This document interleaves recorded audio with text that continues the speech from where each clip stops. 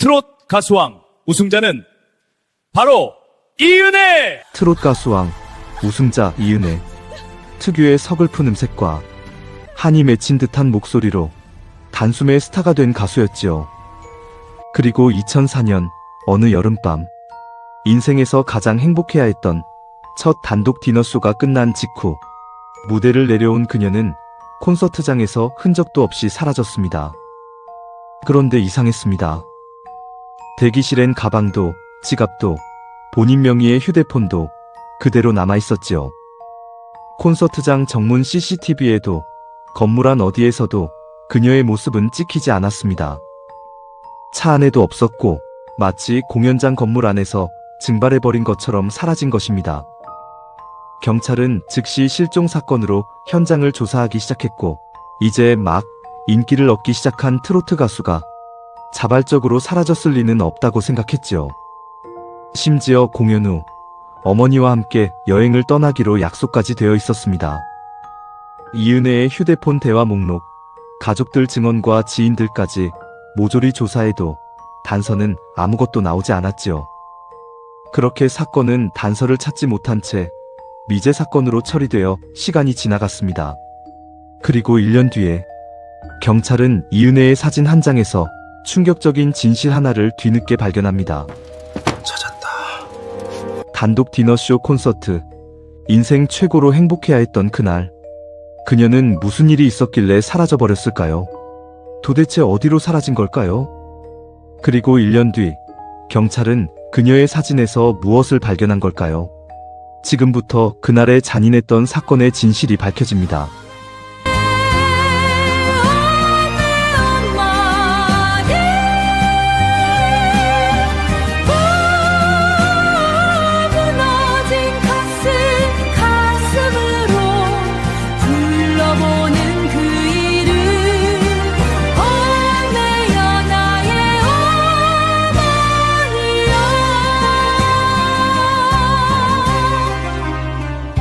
이야기를 시작하기 전에 구독과 좋아요는 미제 사건을 다시 세상에 드러내는데 큰 힘이 됩니다. 홍영웅의 사건 파일 시작합니다. 1997년 봄, 서울 외곽의 한 소극장 무대에 19살 여자아이가 처음 올랐습니다. 이름은 이은혜. 마이크를 잡은 손이 눈에 띄게 떨렸습니다. 무대 조명은 뜨거웠지만 관객석은 썰렁했습니다. 앞줄에 앉은 사람이 10명도 채 되지 않았지요. 그래도 이은혜는 끝까지 불렀습니다. 목이 갈라지도록 발끝에 힘을 꽉 주고 말이죠. 그것이 데뷔였습니다. 소속사는 서울 마포구 낡은 건물 3층에 있었습니다. 대표 이름은 최인호. 50대 초반에 머리카락이 반쯤 빠진 남자였지요. 업계에서 20년 가까이 버텨온 사람이라고 했지만 실적이라고 할 만한 것은 딱히 없는 기획사였습니다. 계약서에는 10년 수익 배분 비율은 9대 1이었습니다. 이은혜가 10을 벌면 1을 가져가는 구조였지요. 19살 아이는 그 숫자가 무엇을 의미하는지 몰랐습니다. 아니, 알더라도 선택지가 없었지요. 무명 시절은 혹독했습니다. 지방 행사장 대기실은 대개 창문 하나 없는 골방이었습니다. 무대 하나 끝내면 받는 돈이 15만원. 거기서 교통비와 의상비를 빼면 손에 쥐는 건 몇만 원이 전부였지요. 최인호는 정산서를 내밀며 말했습니다. 너는 아직 마이너스다. 투자한 돈도 전혀 못 건졌어. 이은혜는 아무 말도 하지 못했지요. 숫자가 맞지 않는다는 걸 알면서도 따질 수가 없었습니다. 더 견디기 힘든 건 따로 있었지요. 어느 날 밤 최인호가 이은혜를 불렀습니다. 방송국 PD들이 모인 술자리가 있다고 거기 나가서 노래 한 곡만 불러주면 된다고 했지요. 하지만 그 자리에서 요구받은 건 노래가 아니었습니다. 이은혜는 그날 밤 화장실에 들어가 한참을 나오지 않았습니다. 그리고 집으로 돌아오는 새벽 버스 안에서 창문에 이마를 기댄 채 딱 한 가지만 생각했습니다. 엄마. 어머니 김수님은 이은혜에게 그런 사람이었습니다. 남편은 70년대 밴드에서 기타를 치던 음악가였습니다. 낭만이 넘치는 사람이었지만 몸이 약했지요. 줄담배를 피우다 폐암 진단을 받고 이은혜가 6살이던 해에 세상을 떠났습니다. 김수님 씨는 그때부터 혼자였습니다. 낮에는 식당 설거지, 밤에는 나이트클럽 무대, 무명 가수였던 시절의 기억은 묻어두고 앞치마를 두르고 살았지요. 손마디가 굵어지는 것도, 발 뒤꿈치에 굳은 살이 박이는 것도 딸 앞에서는 내색하지 않았습니다. 이은혜는 어릴 때부터 알고 있었습니다. 어머니가 새벽에 나가 늦게 돌아오는 날이면 혼자 밥을 차려 먹고 설거지까지 마쳐두었습니다. 찬장에 반찬이 떨어지면 말없이 장을 받아 냉장고를 채워 넣었지요. 수님 씨가 어머 언제 이걸 다 했대? 하면 이은혜는 그냥 웃으며 방으로 들어갔습니다. 그 아이에게 어머니란 포기를 모르는 사람이었습니다. 그래서 이은혜도 포기를 몰랐습니다. 그 6년이라는 무명의 시간을 버티게 한 것도 어머니였습니다. 최인호에게 폭언을 듣고 원하지 않는 자리에 끌려나간 날, 정산서를 보며 숫자가 맞지 않는다는 걸 알면서도 입을 다물어야 했던 날에 집으로 돌아오면 어머니가 끓여둔 된장찌개가 식탁에 있었습니다. 뚜껑을 열면 김이 올라왔지요. 이은혜는 그 앞에 앉아 밥을 먹으면서 생각했습니다. 이제 조금만 더 버티면 된다. 2003년 가을, 이은혜는 인천TV가 주최하는 오디션 프로그램 공고를 보았습니다. 트롯 가수왕. 그녀는 공고를 한참 바라보다가 지원서를 집어들었습니다. 마음속으로 다짐했지요. 이게 마지막이야. 이게 안 되면 접는 거야. 오디션에서 이은혜는 자작곡을 불렀습니다. 제목은 어머니의 품. 밤무대를 전전하며 딸을 키운 어머니를 생각하며 혼자 쓴 곡이었지요. 그녀가 첫 소절을 부르던 순간 심사위원석에서 누군가 손으로 입을 막았습니다. 그 목소리에는 6년의 무명 세월이 그대로 담겨 있었습니다. 꾸미지 않은 갈라질 듯 서글픈 그 음색이 스튜디오 전체를 조용하게 만들었습니다. 결과는 우승이었습니다. 결승 무대가 끝난 뒤 이은혜는 대기실에서 어머니에게 전화를 했습니다. 김수님 씨는 전화를 받자마자 아무 말도 하지 못했지요. 딸의 목소리만 들어도 알 수 있었던 겁니다. 두 사람은 한참 동안 아무 말도 하지 않은 채 전화기를 붙들고 있었습니다. 어머니 쪽에서 흐느끼는 소리가 들렸습니다. 이은혜도 눈물이 흘렀지만 웃으면서 말했지요. 엄마 앞으로 호강시켜줄게요. 우승 이후 광고 섭외가 쏟아졌습니다. 방송국에서 연락이 왔고 예능 프로그램에서도 불렀습니다. 처음으로 제대로 된 정산을 받던 날 이은혜는 백화점에 들어갔습니다. 어머니가 오래전에 지나치며 한번 흘끗 바라봤던 구두. 검정 가죽에 굽이 낮은 구두. 가격표를 보고 잠깐 망설였지만 계산대에 내밀었지요.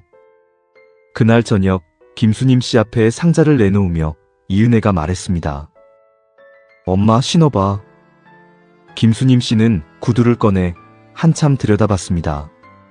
그리고 천천히 말했지요. 이런 거 사면 어떡해? 이거 비싼 거잖아. 이은혜가 웃으며 말했습니다. 특별한 날에 신어. 우리 곧 여행 갈 거잖아. 그때 신어. 김수님 씨는 구두를 다시 상자에 넣었습니다.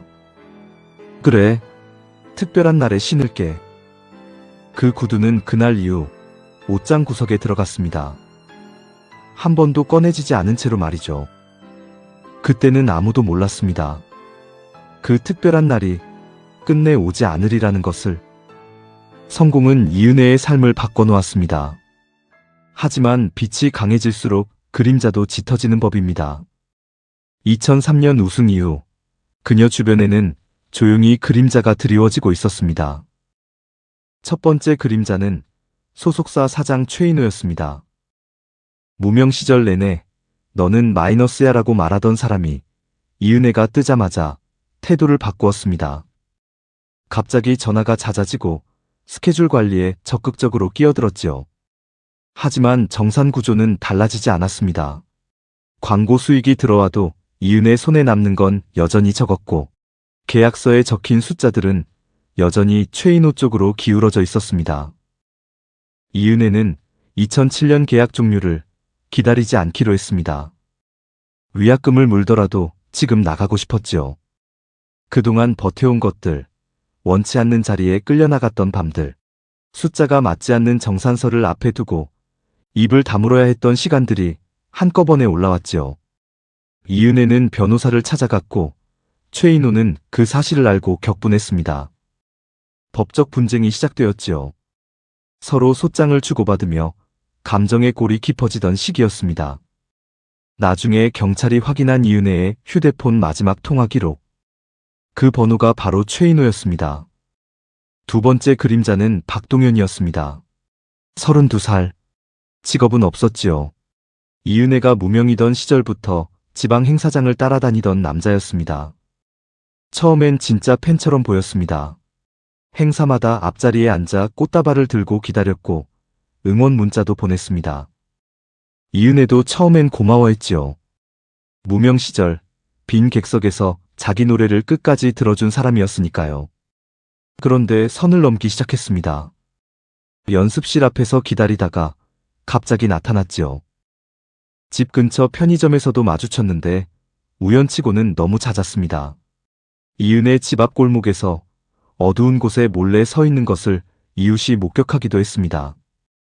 협박 문자가 시작된 것은 2002년 무렵이었습니다.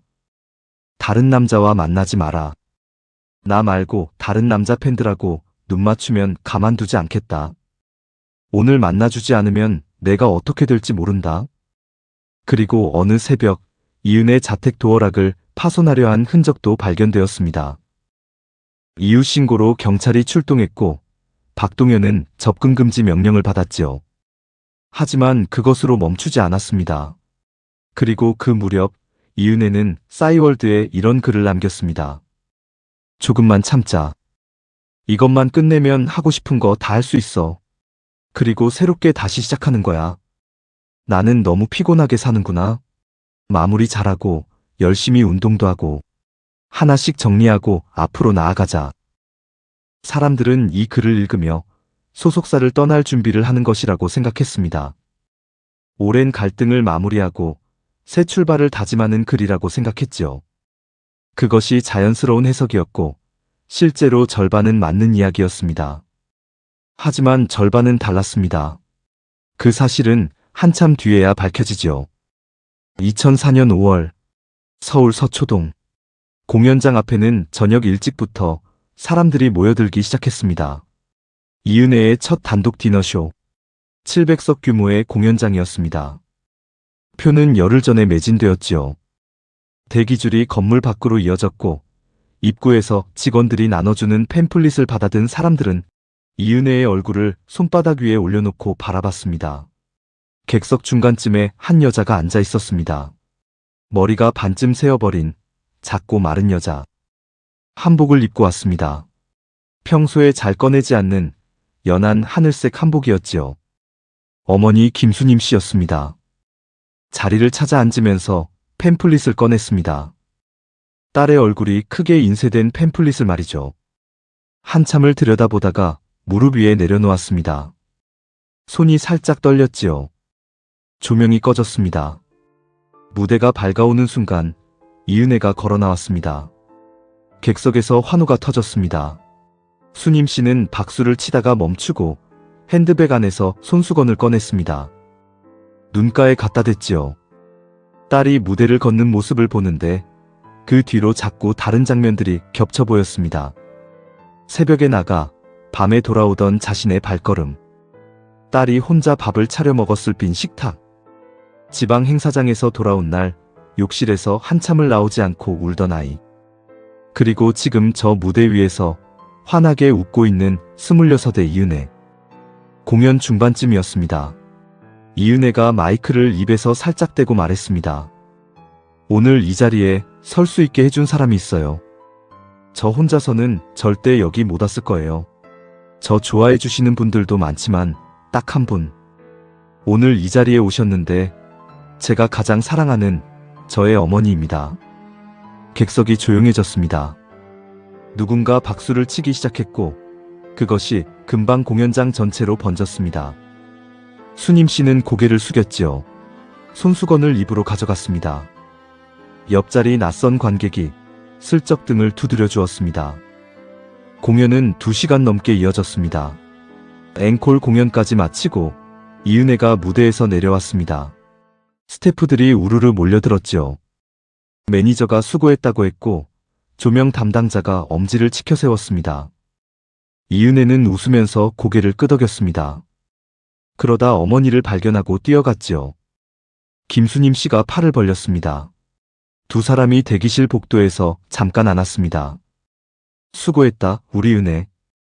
엄마 많이 기다렸지? 오래 앉아 있었는데 허리 안 아파? 괜찮아. 하나도 안 힘들어. 잠시 후 이은혜가 어머니 귀에 대고 조용히 말했습니다. 엄마, 오늘 끝나고 스태프들이랑 잠깐 뒤풀이 자리 있거든. 금방 끝내고 나올게. 그때 같이 늦은 밥 먹자. 그리고 있잖아. 이은혜가 웃으면서 덧붙였습니다. 우리 이번 달에 여행 가자. 진짜로. 여행 가고 싶은 곳 어디 있어? 수님 씨가 손을 저었습니다. 에이, 바쁜데 무슨 여행? 이은혜가 말했지요. 바쁘면 어때? 나 이제 스케줄 내가 조절해. 엄마 가고 싶은데 말해. 수님 씨는 잠깐 생각하다 말했습니다. 제주도? 이은혜가 웃으면서 고개를 끄덕였습니다. 그래, 제주도. 약속이야. 당장 비행기 예약해둘게. 그게 마지막이었습니다. 수님 씨는 공연장 로비 소파에서 딸을 기다렸습니다. 30분쯤 기다렸을까요? 매니저가 다가왔습니다. 표정이 좋지 않았지요. 어머니, 혹시 은혜 씨 못 보셨어요? 대기실에 없어서요. 수님 씨는 고개를 저었습니다. 시간이 흘렀습니다. 1시간이 지났지요. 대기실 소파 위에 이은혜의 가방이 있었습니다. 지갑도 있었지요. 본인 명의 휴대폰까지 있었습니다. 손도 대지 않은 채 전부 자리에 그대로였지요. 뭔가 이상함을 감지한 매니저는 정문 CCTV를 돌려봤습니다. 이은혜가 나가는 장면이 없었습니다. 로비 CCTV에도 없었지요. 건물 외부 카메라 어디에도 없었습니다. 경찰이 출동한 것은 자정이 넘어서였습니다. 공연장 구석구석을 뒤졌지요. 차를 확인했고 집에도 전화해봤습니다. 아무데도 없었습니다. 이은혜는 그 건물 안에서 흔적도 없이 사라진 것이었습니다. 수님 씨는 그날 밤 공연장 로비를 떠나지 못했습니다. 새벽 2시가 넘도록 소파에 앉아 있었지요. 핸드백 안에 팸플릿을 꼭 쥔 채로 딸의 얼굴이 인쇄된 그 팸플릿을 손바닥 위에 올려놓고 아무 말도 하지 않았습니다. 경찰은 찾으면 연락 줄 테니 집에서 기다리라고 수님 씨를 집으로 들여보냈지요. 먼저 집으로 돌아온 수님 씨는 주방에서 냄비 뚜껑을 열어봤습니다. 딸이 오면 먹이려고 아침부터 만들어둔 된장찌개가 보였지요. 차갑게 식어 있었습니다. 뚜껑을 닫았지요. 그리고 얌전히 냉장고로 옮겨두었습니다. 딸이 제일 좋아하는 찌개라 들어오면 바로 먹이고 싶어서였지요. 그날 밤 수님 씨는 집 신발장 안에서 딸이 사준 검정 구두를 보았습니다. 특별한 날에 신겠다며 상자 안에 넣어둔 그 구두가 갑자기 눈에 밟혔습니다. 그리고 이은혜의 방에 들어갔습니다. 딸 방 서랍 안에는 봉투 하나가 있었습니다. 이은혜가 어머니 몰래 챙겨둔 현금 봉투였습니다. 겉에는 짧은 메모가 붙어 있었지요. 엄마, 이번엔 진짜 쉬어. 우리 여행 잘 다녀오자. 그 봉투는 아무도 열지 않은 채로 서랍 안에 남아 있었습니다. 경찰 수사는 이튿날 아침부터 본격적으로 시작되었습니다. 실종 신고는 매니저가 했지요. 자정이 넘어 접수된 신고였지만 유명 가수의 실종이라는 사실이 알려지면서 담당 형사 2명이 곧바로 투입되었습니다. 공연장 CCTV 전체를 확보했습니다. 대기실 주변, 복도, 로비, 정문, 건물 외부까지 모두 다시 돌려봤습니다.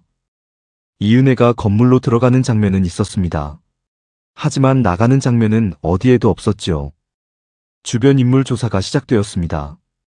매니저, 스태프, 공연 관계자, 팬클럽 대표까지 전부 불러 진술을 받았습니다. 가족관계, 교우관계, 최근까지 갈등이 있었던 인물 여부까지 말이죠. 남자친구가 있었냐는 질문에는 모두가 고개를 저었습니다. 이은혜는 남자친구가 없다고 했고 주변에서 보기에도 그런 낌새는 없었다고 했습니다. 그리고 휴대폰 통화 기록이 나왔습니다. 이은혜의 본인명의 휴대폰. 실종 당일 마지막으로 수신된 통화의 번호를 조회하자 이름 3글자가 떴습니다. 최인호. 형사들의 눈이 마주쳤습니다. 수사는 자연스럽게 최인호로 향했지요. 조사를 해보니 이유는 차고 넘쳤습니다. 10년 계약 중 3년이 남은 상태에서 이은혜가 계약 해지를 요구하며 법적 분쟁이 진행 중이었습니다. 이은혜가 뜨자마자 나가겠다고 하니 최인호 입장에서는 분통이 터질 노릇이었지요. 무명 시절 공들여 키워놨더니 돈이 될 만하니까 떠난다는 것이 최인호의 생각이었습니다. 그는 주변에 대놓고 말하고 다녔습니다. 배은망덕한 것. 내가 그냥 두나봐라. 최인호의 과거 행적도 수상했습니다.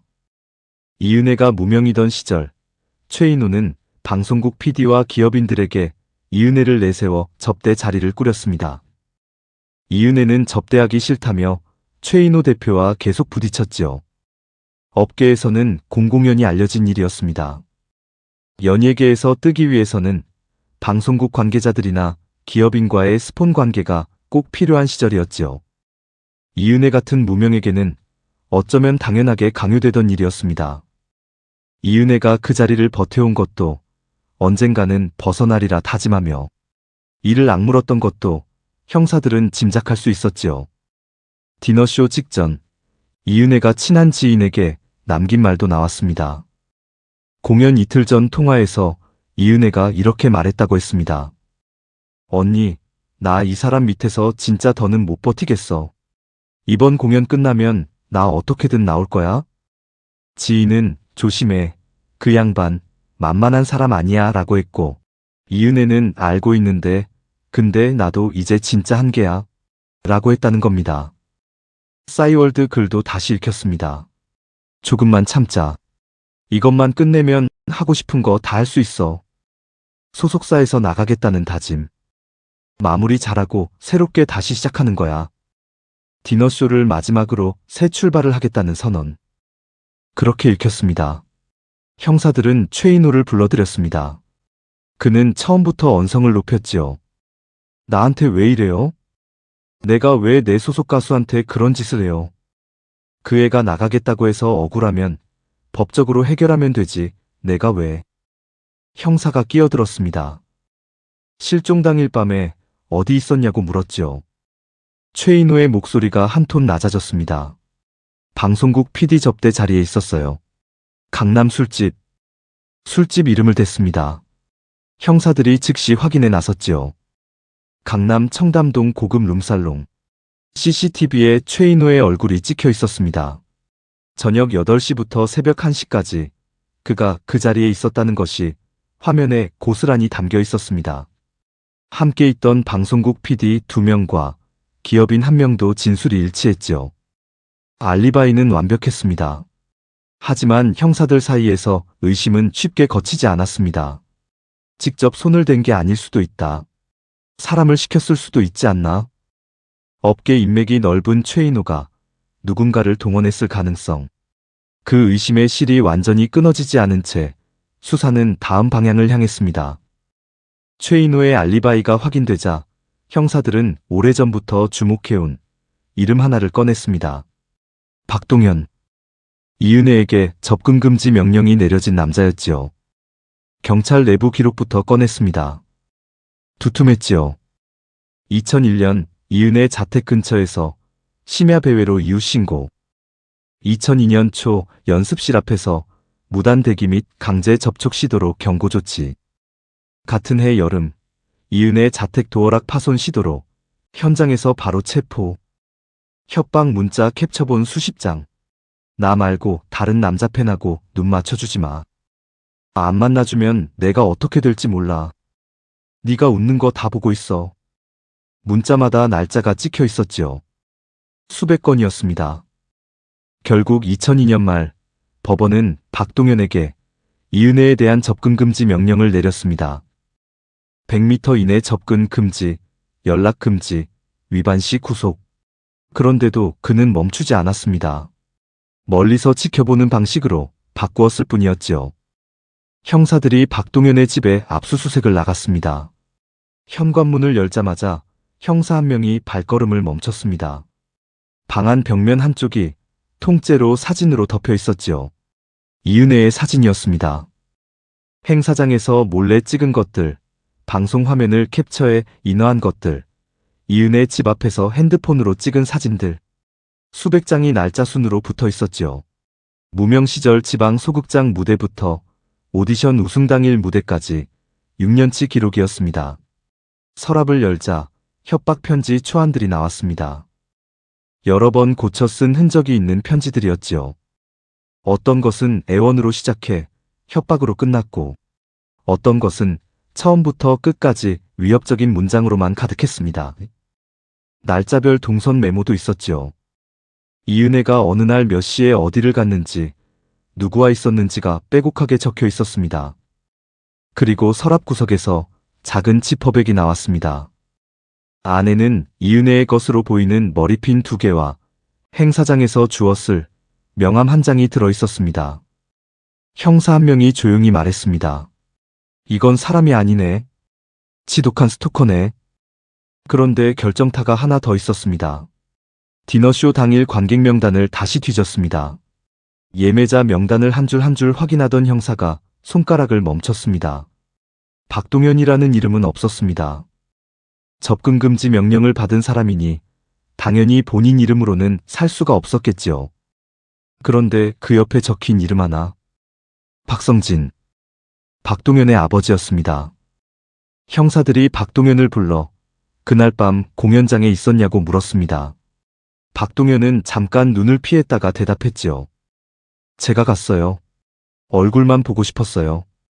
아버지 이름으로 표 산 건 맞는데 그냥 공연만 보고 바로 집에 왔어요. 형사가 다시 물었습니다. 그 시각에 접근 금지 구역 안에 들어간 것 아니냐고. 박동현이 대답했습니다. 공연장 안에서는 은혜 씨를 직접 만난 게 아니잖아요. 그냥 객석에 앉아서 노래만 들었어요. 형사들은 믿지 않았습니다. 압수수색 결과 접근 금지 명령 위반, 당일 공연장 현장 참석, 세 가지가 겹치자 박동현은 이 사건의 가장 유력한 용의자가 되었습니다. 경찰 내부에서도 언론에서도 이 사건을 지켜보던 사람들 사이에서도 그 이름이 가장 먼저 오르내렸습니다. 이 정도면 범인이 아닐 수 없다고 모두가 그렇게 생각했지요. 하지만 형사 한 명이 동선 분석을 맡았습니다. 공연 종료 시각과 이은혜 실종 추정 시각, 그 사이의 시간. 박동현 자택 인근 CCTV를 확인했습니다. 공연장에서 그의 집까지는 버스로 40분 거리였습니다. 공연이 끝나고 얼마 지나지 않아 자택 현관 CCTV에 박동현이 찍혀 있었습니다. 귀가 시간이 딱 공연 끝나고랑 맞았지요. 혼자서 이은혜를 실종시키고 그 시각에 집에 돌아와 있었다는 건 시간상 불가능에 가까웠습니다. 형사들은 다시 막혔습니다. 박동현이 위험한 인물인 것은 의심할 여지가 없었지만 이은혜를 직접 사라지게 만든 사람이라는 결정적인 증거가 없었습니다. 사건은 점점 미궁으로 빠져들었습니다. 뚜렷한 용의자도 결정적인 단서도 없는 채로 수사는 조금씩 동력을 잃어갔습니다. 세상도 서서히 이 사건을 잊어갔습니다. 처음엔 대서특필하던 이은혜 실종 기사가 며칠 뒤엔 사회면 구석으로 밀려났습니다. 사람들은 소속사 사장이 시킨 거 아니냐, 스토커가 한 거 아니냐, 연예계가 썩었다느니 말을 쏟아내다가 다른 뉴스가 나오자 하나씩 관심을 돌렸습니다. 수님 씨는 마음을 굳게 먹고 있었습니다. 딸이 돌아올 거라 믿었지요. 딸이 사라진 뒤로 수님 씨는 일주일에 한 번씩 된장찌개를 끓였습니다. 딸이 가장 좋아하는 반찬으로 식탁에 2사람분 밥을 차렸습니다. 이웃들이 왜 두 그릇을 차리냐고 물으면 그냥 혼자 두 그릇 다 먹는다고 했습니다. 냉장고 안에 반찬들이 상하기 시작하면 새로 만들어 채워 넣었습니다. 딸의 방문도 늘 열어두었지요. 디너쇼 날 입었던 무대 의상이 옷걸이에 걸려 있었습니다. 먼지가 앉기 시작하면 손바닥으로 조심조심 쓸어내렸습니다. 그리고 신발장을 열어 검정 구두 상자를 꺼내보다가 다시 밀어 넣었지요. 엄마는 빨리 너랑 같이 여행 가고 싶어, 은혜야. 눈앞이 뿌옇게 보였습니다. 어느덧 구두 상자 위로 구슬 같은 눈물이 맺혀 있었습니다. 아무도 그녀에게 그만하라고 말하지 못했습니다. 2005년, 이은혜가 사라진 지 1년이 지났습니다. 수사는 거의 멈춰 있었습니다. 담당 형사 2명은 다른 사건들을 맡고 있었고, 이은혜 사건 파일은 서랍 안에 들어가 있었습니다. 공식적으로 미제 사건 처리를 앞두고 있었지요. 마지막으로 한 번만 더 증거물 목록을 검토하고 마무리하기로 했습니다. 형사 오재우는 사무실 책상에 증거 박스를 올려놓았습니다. 뚜껑에 먼지가 앉아 있었지요. 손으로 털어내고 열었습니다. 이은혜의 본인명의 휴대폰, 지갑, 가방, 그리고 박동현 압수수색에서 나온 사진 묶음들. 오재우는 사진 묶음을 천천히 넘기기 시작했습니다. 행사장 사진, 방송국 앞 사진, 연습실 근처 사진. 날짜가 찍혀 있었습니다. 그는 습관처럼 한 장씩 확인하며 넘겼습니다. 그러다 손이 멈췄지요. 2004년 3월, 이은혜의 자택 빌라 주차장 근처에서 찍힌 사진이었습니다. 박동현이 디지털 카메라로 확대해서 찍은 듯한 사진이었고, 이은혜가 주차장 기둥 옆에 서서 통화를 하고 있었습니다. 얼굴이 잘 보이게 확대된 사진이었습니다. 오재우는 사진을 가까이 들었습니다. 통화를 하고 있는 이은혜의 손에 쥐어진 휴대폰. 그는 그것을 가만히 바라봤습니다. 그리고 옆에 놓인 증거 봉투를 집어들었지요. 이은혜의 본인명의 휴대폰. 봉투 위에 기종이 적혀 있었습니다. 그런데 달랐습니다. 사진 속 이은혜가 들고 있는 휴대폰과 대기실 소파에 남겨졌던 본인명의 휴대폰의 기종이 달랐습니다. 사진에 나온 것은 더 작고 날렵한 형태였지요. 오재우는 사진을 책상에 내려놓고 한동안 앉아 있었습니다. 그리고 아차 싶었습니다. 이은혜에게 두 번째 휴대폰이 있었던 것이었습니다. 그는 즉시 팀장을 불렀습니다. 사진에 찍힌 시각은 2004년 3월 오후 4시 17분이었습니다. 디지털 카메라로 찍힌 사진이라 시각이 정확했지요. 장소는 이은혜 자택 빌라 주차장 인근. 오재우는 그 시각을 기준으로 이은혜 자택 주변 기지국에서 발신, 수신된 통화 목록을 요청했습니다. 통신사에 공문을 보냈고 이틀 뒤 자료가 도착했습니다. 바로 기지국 자료를 뒤지기 시작했지요. 이렇게 기지국 지역과 시간만 정확히 알고 있다면 찾아내는 건 시간 문제였습니다. 핸드폰 기종까지 사진으로 확인이 되었으니 노력만 한다면 정확히 찾을 수 있었지요. 그 시각, 그 기지국에서 잡힌 번호들 중에서 이은혜의 본인명의 번호는 제외했습니다. 나머지 번호들을 하나씩 추렸습니다. 그리고 범위를 좁혔습니다. 그 동네 주민이 아니면서 이은혜의 동선에 맞춰 반복적으로 같은 기지국에서 잡히는 번호, 그런 번호를 찾기 위해 이은혜가 자주 다니던 장소들, 연습실, 방송국, 자택 주변 기지국 기록을 교차 분석했습니다. 사흘이 걸렸지요. 그리고 하나의 번호가 떠올랐습니다. 그 번호로 개통한 휴대폰이 사진 속 이은혜가 들고 있던 휴대폰 기종과 일치했지요. 그 동네 주민이 아니었습니다. 그런데 이은혜가 자택에 있을 때는 자택 주변 기지국에서, 연습실에 있을 때는 연습실 주변 기지국에서, 방송국에 갈 때는 방송국 근처 기지국에서 반복적으로 잡혔습니다. 이은혜의 동선을 그대로 따라다니고 있었습니다. 그리고 사건 당일, 자정이 넘자 그 번호의 전원이 꺼졌습니다. 이틀 뒤 번호가 해지되었습니다. 굉장히 수상했지요. 오재우는 그 번호의 가입자 명의를 조회했습니다. 이름 세 글자가 화면에 떴습니다. 김선태. 30대 초반. 직업란에는 중고차 딜러라고 적혀 있었습니다. 이은혜와 아무런 접점이 없는 이름이었습니다. 이은혜 주변 인물 조사에서 한 번도 등장한 적 없는 이름이었습니다. 오재훈은 그 번호의 통화 기록을 전부 뽑았습니다. 그런데 이상했습니다. 그 번호는 다른 사람들과 거의 통화하지 않았습니다. 번호 하나와만 집중적으로 길게 통화하고 있었지요. 오재훈은 그 번호를 조회했습니다. 화면을 보던 형사가 손을 멈췄습니다. 이은혜가 통화하던 상대방 번호의 명의자가 나왔습니다. 김선태. 같은 이름이었습니다. 같은 사람 명의의 또 다른 번호였지요. 김선태가 자기 명의로 된 두 개의 번호로 서로 통화를 하고 있었습니다. 두 번호가 서로를 향해 길게 이어지는 통화 기록. 한쪽은 이은혜의 동선을 따라다니고 다른 한쪽은 이은혜의 전화를 받은 번호. 두 개 다 같은 명의자. 이거였습니다. 오재훈은 자리에서 일어나 창문 앞에 섰습니다. 두 번째 번호의 기지국 기록도 뽑았지요. 그리고 이은혜의 동선과 대조했습니다. 두 번호 모두 이은혜가 있는 곳에서 잡혔습니다. 이은혜가 쓰던 번호와 김선태 명의의 번호가 같은 시간, 같은 기지국에서 반응하고 있었습니다. 이은혜가 김선태 명의의 번호를 쓰고 있었던 겁니다.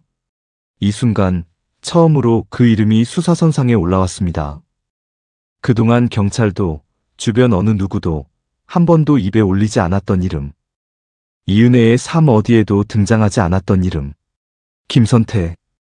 오재훈은 공연장 건물 주차장 출입 기록을 다시 뒤졌습니다. 디너쇼 당일 밤. 주차장에 진입한 차량 목록. 번호판을 하나씩 조회했지요. 그리고 한 차량에서 멈췄습니다.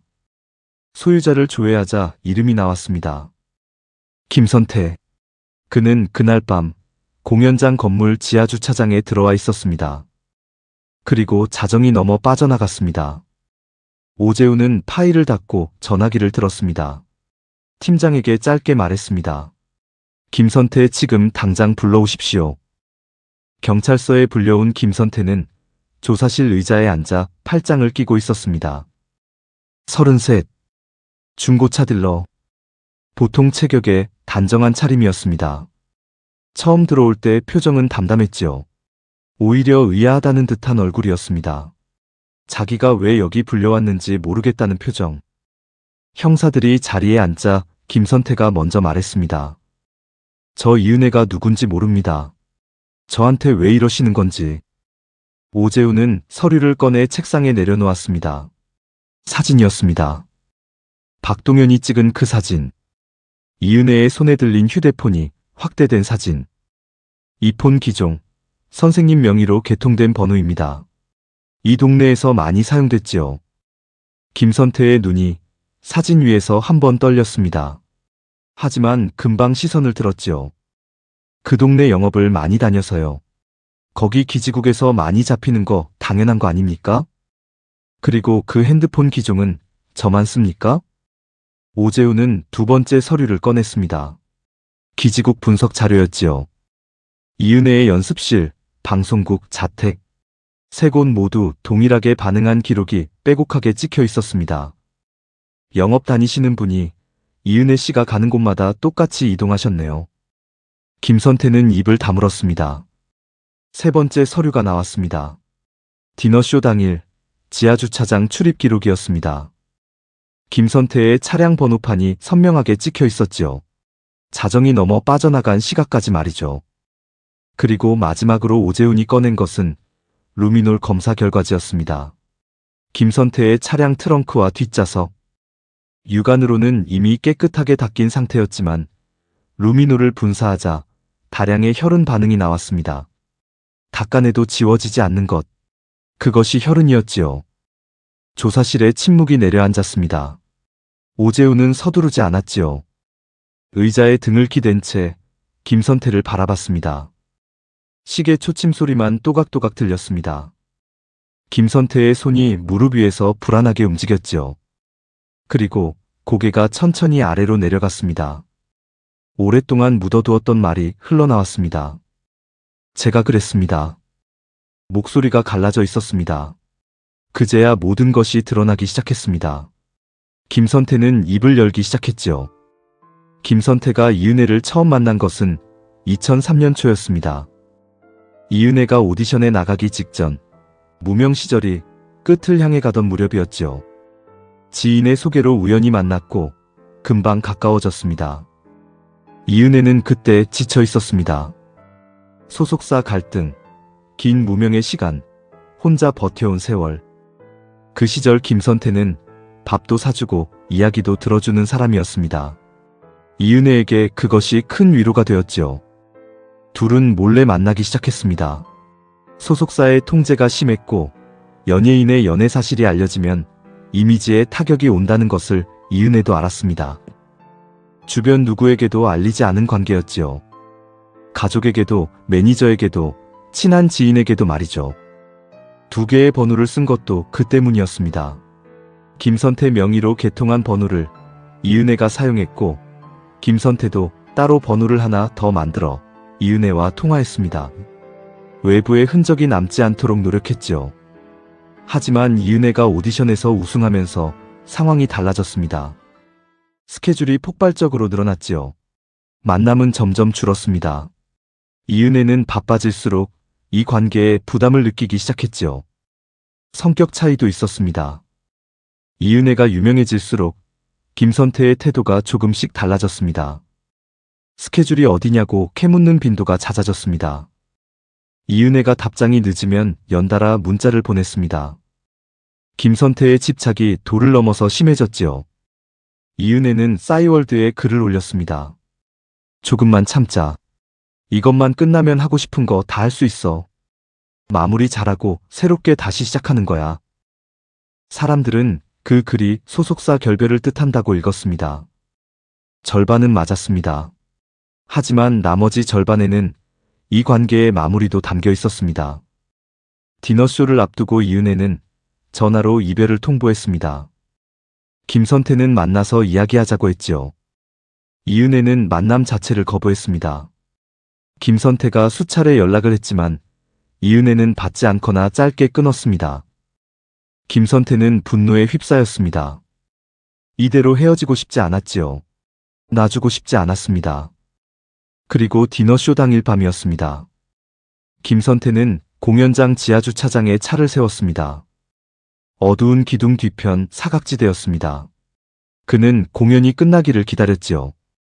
차 안에는 며칠 전 공구 상가에서 구입한 망치가 있었습니다. 망치의 머리 부분에 붕대를 두껍게 감아두었습니다. 피가 튀는 것을 줄이기 위해서였지요. 주차장 끝에 있는 사각지대. 자정이 가까워지면 사람이 없는 구역이라는 것을 미리 확인해 두었습니다.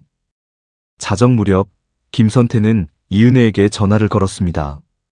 나 지금 주차장에 있어. 4명의 핸드폰은 돌려줘야지. 이거 정리 안 하면 소속사에 다 걸려. 3분만 내려와. 전화기만 받고 바로 갈게. 이은혜는 잠깐 망설였습니다. 하지만 잠깐 내려가기로 했지요. 막뜨기 시작한 시점에 비밀 연애 사실이 알려지면 치명적이었습니다. 조용히 핸드폰만 건네고 끝내고 싶었지요. 대기실 소파에 가방과 본인명의 핸드폰을 두고 매니저 몰래 직원 전용 통로로 내려갔습니다. 그 건물에는 정문과 일반 엘리베이터 외에 직원 전용 서비스 통로가 있었습니다. 지하 주차장과 연결되는 구간이었는데 화질이 낮은 구형 카메라 한 대가 달려 있었고 촬영 각도상 있으나마나한 것이었습니다. 일반 손님은 잘 모르는 동선이었지요. 이은혜는 내려와서 주차장 끝쪽 기둥 뒤 김선태의 차 앞에 섰습니다. 차 문이 열렸고 이은혜가 탔습니다. 잠시 침묵이 흘렀지요.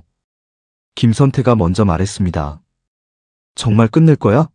한 번만 더 생각해봐. 내가 잘할게. 진짜로. 이은혜가 대답했습니다. 이러지 마. 우리 끝났다고 했잖아. 오늘이 마지막이야. 오빠도 나 잊어버리고 좋은 사람 만나. 난 더 이상 오빠랑 만나기 싫어. 그 말이 김선태를 무너뜨렸습니다. 그는 뒷좌석으로 손을 뻗었지요. 망치를 꽉 쥐었습니다. 이은혜가 미처 돌아보기도 전이었습니다. 둔탁한 소리가 차 안에 울렸습니다. 한 번, 두 번. 이은혜는 그 자리에서 숨이 끊어졌습니다. 몸이 축 처졌고 선혈이 머리에서부터 시트 아래로 흘러내리기 시작했습니다. 김선태는 서둘러 차를 몰았습니다. 지하 주차장을 빠져나가 서울 외곽으로 향했습니다. 고향이 충남이었지요. 그쪽 방향 선산 인근에 사람이 잘 찾지 않는 야산이 있다는 걸 알고 있었습니다. 2시간을 달려 새벽 2시가 넘어서야 차를 세웠습니다. 삽을 꺼내고 땅을 팠습니다. 그리고 이은혜를 그곳에 내려놓았습니다. 흙을 덮고 삽으로 다졌습니다. 사람이 다니지 않는 곳이었지만 나뭇가지로 그 위를 가렸습니다. 서울로 돌아오는 길에 차 안에 혈흔을 닦았지요. 생수를 쏟아붓고 수건으로 문질렀습니다. 이틀 뒤 김선태 명의의 2번호는 모두 해지되었습니다. 오재우는 자백이 끝난 뒤 조사실을 나왔습니다. 복도 끝에 서서 창밖을 바라봤지요. 봄 햇살이 유리창에 들어오고 있었습니다. 경찰은 즉시 충남 야산으로 향했습니다. 김선태가 말한 장소를 파기 시작했습니다. 삽이 흙을 퍼올렸습니다. 그리고 얼마 지나지 않아 무언가가 나왔습니다. 이은혜였습니다. 1년이 지나 이미 백고라가 진행 중이었습니다. 형사가 김수님 씨 집문을 두드린 것은 오후 늦은 시각이었습니다. 김수님 씨는 문을 열자마자 형사의 얼굴을 봤습니다. 아무 말도 하지 않았습니다. 형사의 표정을 보는 것만으로 알 수 있었지요. 1년 동안 이 순간을 두려워하면서도 기다려왔습니다. 기다림이 너무 힘들었지요. 막상 그 얼굴이 눈앞에 있자 다리에 힘이 빠졌습니다. 문틀을 붙잡았습니다. 형사가 말을 꺼내기 시작했습니다. 수님 씨는 끝까지 듣지 못했습니다. 중간에 무릎이 휘청했지요. 형사가 급히 팔을 잡았습니다. 방 안으로 모시고 앉혔습니다. 수님 씨는 방바닥에 앉아 한동안 아무 소리도 내지 않았습니다. 형사가 물 한 잔을 가져다 내밀었지만 받지 않았습니다. 한참이 지나서야 수님 씨가 입을 열었습니다. 얘는 집에 와서 밥 먹어야 하는데. 그 말뿐이었습니다. 다른 말은 나오지 않았습니다. 형사는 아무 말도 하지 못했지요. 그날 저녁 이웃들이 하나둘 모여들었습니다. 수님 씨 곁에 앉아 있었습니다. 아무도 쉽게 말을 꺼내지 못했지요. 방 안이 조용했습니다. 창밖에 어둠이 내려앉았지요. 수님 씨는 벽을 바라보며 앉아 있다가 천천히 일어섰습니다. 냉장고 앞으로 걸어가 문을 열었습니다. 이틀 전에 끓여둔 된장찌개가 있었습니다. 한참 바라보다가 문을 닫았습니다. 그리고 그 자리에 서서 움직이지 않았습니다. 이웃 한 명이 조용히 다가가 어깨를 감쌌습니다. 그제야 소리가 나왔습니다. 처음엔 작게, 그러다 점점 크게. 어깨가 들썩였습니다. 수님 씨는 냉장고 문에 이마를 기대고 오랫동안 울었습니다. 평생 딸 앞에서 울지 않으려 했던 여자가 딸이 없는 부엌에서 소리를 내어 울었습니다. 몇 번을 쓰러져가며 울었습니다. 자식을 잃은 어미에게는 삶의 의미 따위는 보이지 않았습니다. 그저 딸이 보고 싶을 뿐이었지요. 수님 씨는 딸아이의 방으로 들어갔습니다. 옷걸이에는 이은혜의 디너쇼 무대 의상이 걸려 있었습니다. 1년 동안 손바닥으로 먼지를 쓸어내리던 그 옷이었습니다. 수님 씨는 그 앞에 한참 서 있다가 천천히 손을 뻗었습니다. 평소처럼 옷감을 손바닥으로 한번 쓸어내렸습니다. 그리고 손을 걷었습니다. 그리고 신발장을 열었습니다. 구석에 상자가 보였지요. 딸이 첫 정산을 받고 사준 검정 구두. 특별한 날에 신겠다며 한 번도 꺼내지 않은 그 구두였습니다. 수님 씨는 상자를 꺼내 뚜껑을 열었습니다. 구두는 그대로였지요. 새 것처럼. 다른 곳 하나 없이 말이죠. 은혜야, 엄마 이거 처음으로 신고 너랑 여행 가려고 했는데. 엄마 혼자서는 아무데도 가기 싫어. 수님 씨는 이 말을 하고 입을 막았습니다. 눈물이 멈추지 않았습니다. 특별한 날은 끝내 오지 않았습니다. 수님 씨는 구두 상자를 가슴에 안았습니다. 그리고 딸아이 방 바닥에 앉았지요. 한참을 그렇게 있었습니다. 일어날 생각을 하지 않았습니다. 서랍 안에는 여전히 봉투가 있었습니다. 딸이 몰래 넣어둔 현금 봉투. 겉에 붙은 메모를 읽었습니다. 엄마, 이번엔 진짜 쉬어. 우리 여행부터 가자. 손글씨였지요. 이은혜의 글씨였습니다. 수님 씨는 메모를 손에 쥔 채 눈을 감았습니다. 제주도. 딸이 어디 가고 싶냐고 물었을 때 제주도라고 했습니다. 딸아이가 웃으면서 고개를 끄덕이던 그 순간이 떠올랐습니다. 그래, 제주도. 약속이야. 그 말이 귓가에서 맴돌았습니다. 수님 씨는 메모를 봉투 안에 다시 넣었습니다.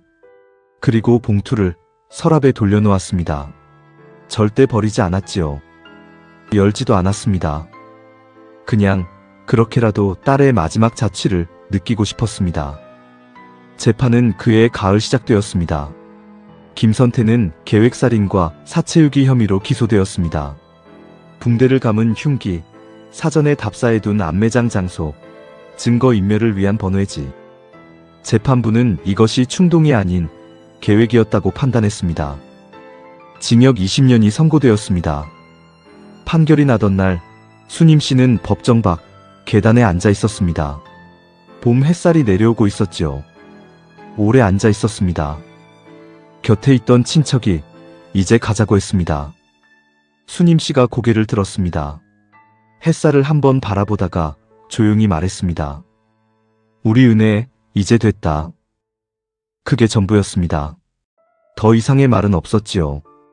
세상은 사건이 해결되었다고 했습니다. 하지만 수님 씨에게 돌아온 것은 딸이 아니었습니다. 여행 약속도, 특별한 날의 구두도, 냉장고 가득한 반찬을 보며 웃는 얼굴도 돌아오지 않았습니다. 돌아온 건 딸이 1년 동안 혼자 차가운 흙 속에 있었다는 사실뿐이었습니다. 이은혜는 26이었습니다. 가장 빛나야 했던 그날 밤에 세상을 떠났습니다. 그 남자는 사랑한다고 말하면서 가장 잔인한 짓을 저질렀습니다. 지금도 수님 씨는 그저 딸이 보고 싶을 뿐입니다.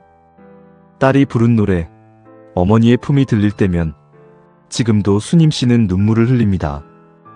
은혜가 자신에게 해주는 이야기 같아서. 이은혜는 이 노래 하나로 우리의 마음을 울렸습니다. 어머니의 품. 밤무대를 전전하며 혼자 딸을 키운 어머니를 생각하며 쓴 곡이었습니다. 그 노래 안에 6년의 무명이 담겨 있었고 그 무명을 버티게 한 어머니가 담겨 있었습니다. 그런데 정작 그 어머니에게 해드리고 싶었던 것들, 여행도, 구두도, 봉투 안의 약속도 아무것도 전해지지 못했습니다. 집착은 사랑이 아닙니다. 상대가 원하지 않는데도 놓지 못하는 것. 떠나는 사람을 붙잡기 위해 무엇이든 하겠다는 생각. 그것은 사랑의 다른 이름이 아닙니다.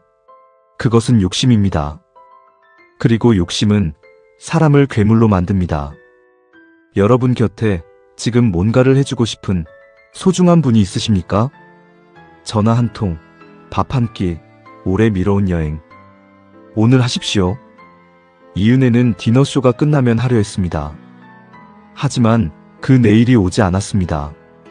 삶은 언제나 지금입니다. 그리고 기억하십시오. 시간이 아무리 흘러도 진실은 반드시 밝혀진다는 것을 말이죠. 홍영웅의 사건 파일.